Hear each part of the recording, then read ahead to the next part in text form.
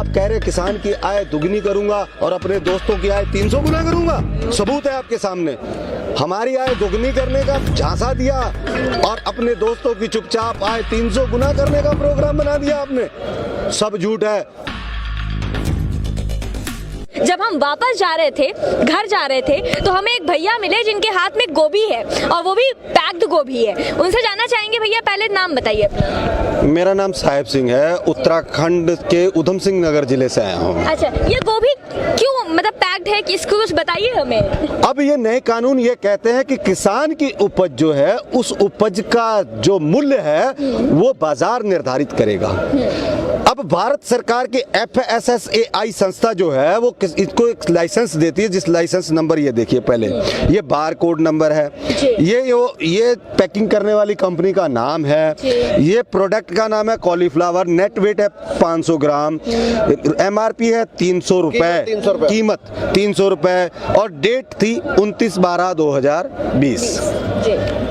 अब आपका ये जो लाइसेंस होल्डर बाजार किसान के पास पहुंचा, किसान को इसने बताया कि जो तूने गोभी पैदा की है ना भाई, इसकी कोई मांग नहीं है बाजार के अंदर, इसका तो कोई ग्राहक ही नहीं है, मैं ये तुमसे ले नहीं पाऊंगा। किसान ने हाथ जोड़े, क्योंकि वो फसल थी कहाँ फेंकता, तो ये 2 रुपए से 4 रुपए प्रति किलोग्राम के हिसाब से किसान से लेके आए और इसको लाकर अपने वेयर हाउस में रखा।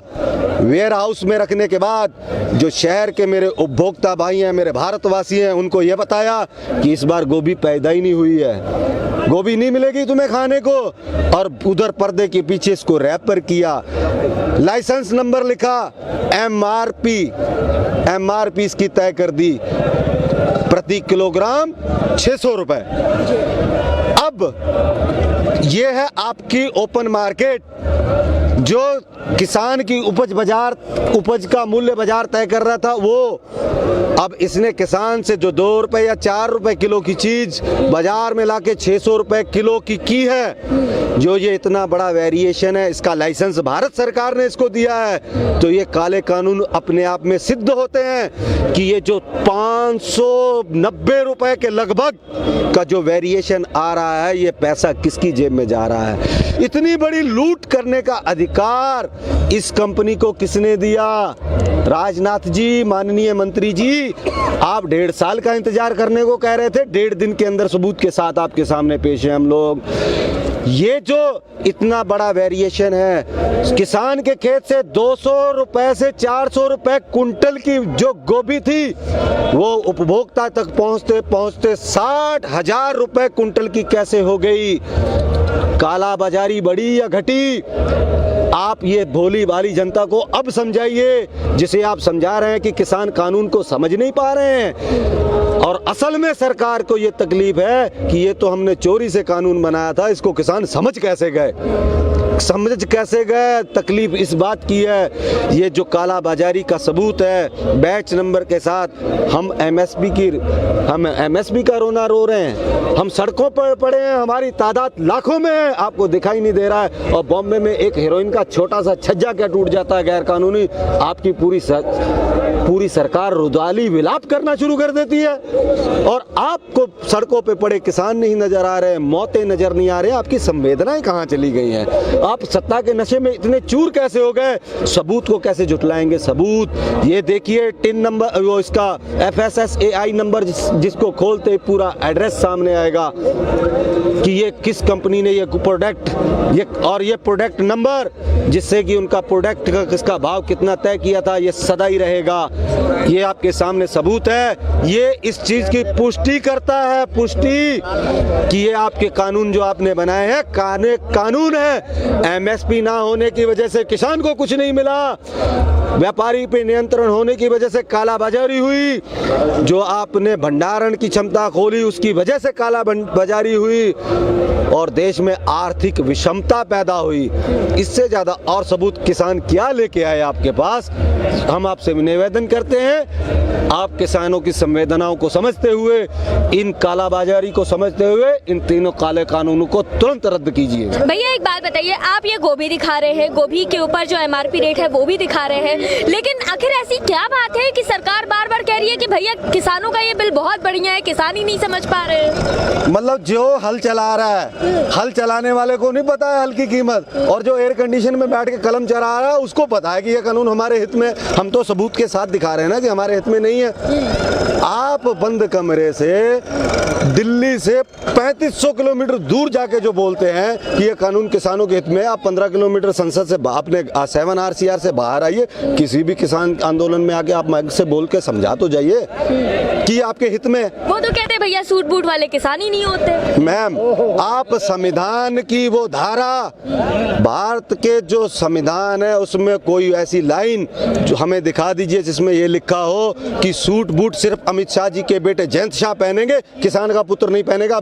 अभी सूट बूट उतार कर पत्तों के कपड़े पहन लेते हैं। वो तो कपड़ों से पहचानते हैं ना भैया।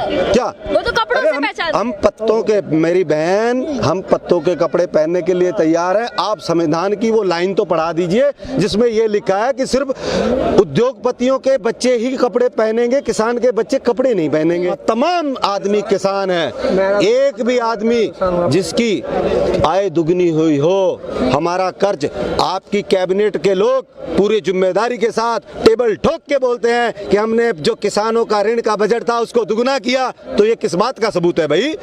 आपने ऋण का बजट दुगना किया मतलब हमारा कर्ज दुगना हुआ, आय दुगनी नहीं हुई, हमारा कर्ज दुगना हुआ है। हमारी आय तो उतनी ही रहने देते, और मान लो 1%, आप कह रहे किसान की आय दुगनी करूंगा और अपने दोस्तों की आय 300 गुना करूंगा। सबूत है आपके सामने। हमारी आय दोगुनी करने का झांसा दिया और अपने दोस्तों की चुपचाप आय 300 गुना करने का प्रोग्राम बना दिया आपने। सब झूठ है। आपने तो कहा नोटबंदी में 50 दिन का समय दीजिए, आज कितने 5 साल होने को आ गए हैं।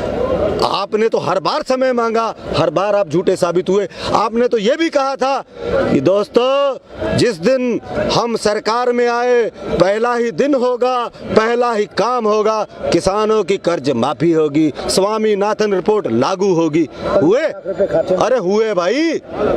किसानों का कर्ज माफ की जगह दुगना, 3 गुना, 4 गुना कर दिया आपने। और एक चीज और बहन जी मैं आपको बताना चाहूंगा, मन की बात में फर्जी 4-5 किसान बैठाए, उनसे प्रधानमंत्री जी बड़े हंस हंस के बात कर रहे थे, वो जो 2000 रुपए मैंने आपको दिए आपने क्या किया?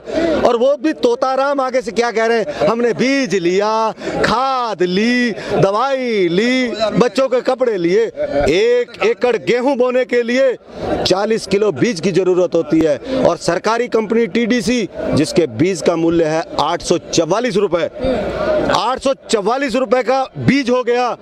DAP का 1 कट्टा खाद का पड़ता है 1200 रुपए, तो DAP हो गए। आपकी सम्मान निधि तो 1 एकड़ में वहीं चली गई। जुताई कहां से आई, निराई कहां से आई, बुआई कहां से आई? अरे तोताराम जी, आप तो बिक चुके हो। पूरे देश के किसान कौम को क्यों बेचने चले गए?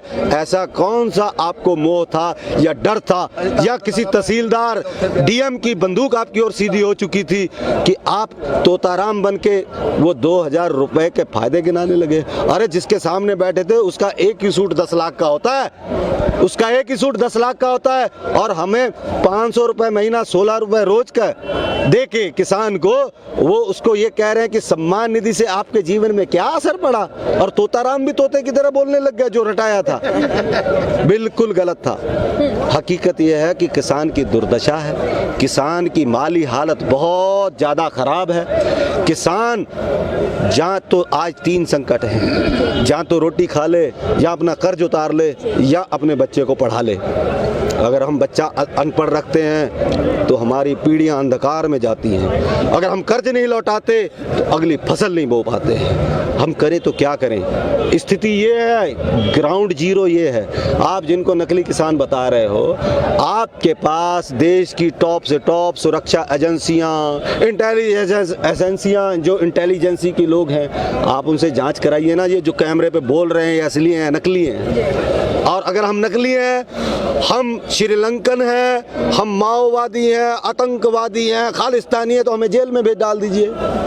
आप सिर्फ जनता को बताए पड़े हैं कि ये लोग वो हैं, ये है, आप कार्रवाई कीजिए। आतंकवादियों के लिए भारत में कोई जगह नहीं है, उनकी जगह जेल है, आप उनको जेल भेजिए। हम भी आपसे गुजारिश करते हैं, हम भारत माँ के सपूत हैं। कभी जय प्रधानमंत्री नहीं कहा किसी ने, जय जवान और जय किसान का नारा लगता है। हम भारत माँ के दूसरे लाल हैं, एक लाल जवान है तो दूसरा लाल किसान है। भारत माँ के लाल हैं हम, लाल राष्ट्रवादी हैं हम असली देशभक्त सड़कों पे पड़े हैं। ठीक है, क्या लगता है इसके पीछे सरकार की आखिर क्या मंशा है जो वो इस बिल को वापस नहीं लेना चाहती? सरकार की मंशा ये है कि एमएलए एमपी कैसे खरीदें। जी। एमएलए एमपी खरीदने के लिए उनको अंबानी अंडानी से दोस्ती चाहिए, इनको सत्ता चाहिए, उनको पैसा चाहिए। देखो अव्वल नंबर पे लाने के लिए अंबानी कुछ भी करने को तैयार है, इधर सत्ता में रहने के लिए कुछ भी करने को तैयार है। तो अब मैं मोदी से ये कहना चाहता हूँ कि सत्ता में आपको लाई है जनता, अंबानी अंडानी नहीं लाया। आपको एक दो तो एमपी एमएलए खरीद देगा, कहीं किसी ऐसा ना हो कि अगले चुनाव में आपको कोई खरीदने का मौका ही ना मिले, कहीं लगा आपका जीरो बटा हो जाए, जैसे आपकी 1978 में 2 ही सीटें थी। तो मैं ये कह रहा हूँ कि इनका मकसद है। अब देखो अंबानी ने किसानों से पंगा लिया, वो चौथे नंबर पे था, उसका 50,000 करोड़ का शेयर गिरा, वो आज 14वें नंबर पे पहुंच गया। किसानों से जिसने भी पंगा लिया, सरकार ने लिया है, चाहे फैक्ट्री वालों ने लिया, चाहे इंडस्ट्री वालों ने लिया, वो लोग 14वें से क्या 140वें नंबर पे भी जाएगा। और मोदी जी आप अपनी खैर बनाइए, अगर आपने ये कानून वापस नहीं लिया तो ये सच कह रहे हैं किसान, एक एक किसान आपको सत्ता में हटाने के लिए काम करेगा। फिर आप जिंदगी में कभी बीजेपी, मैं कह रहा हूँ, आ ही नहीं पाएगी सत्ता में कभी।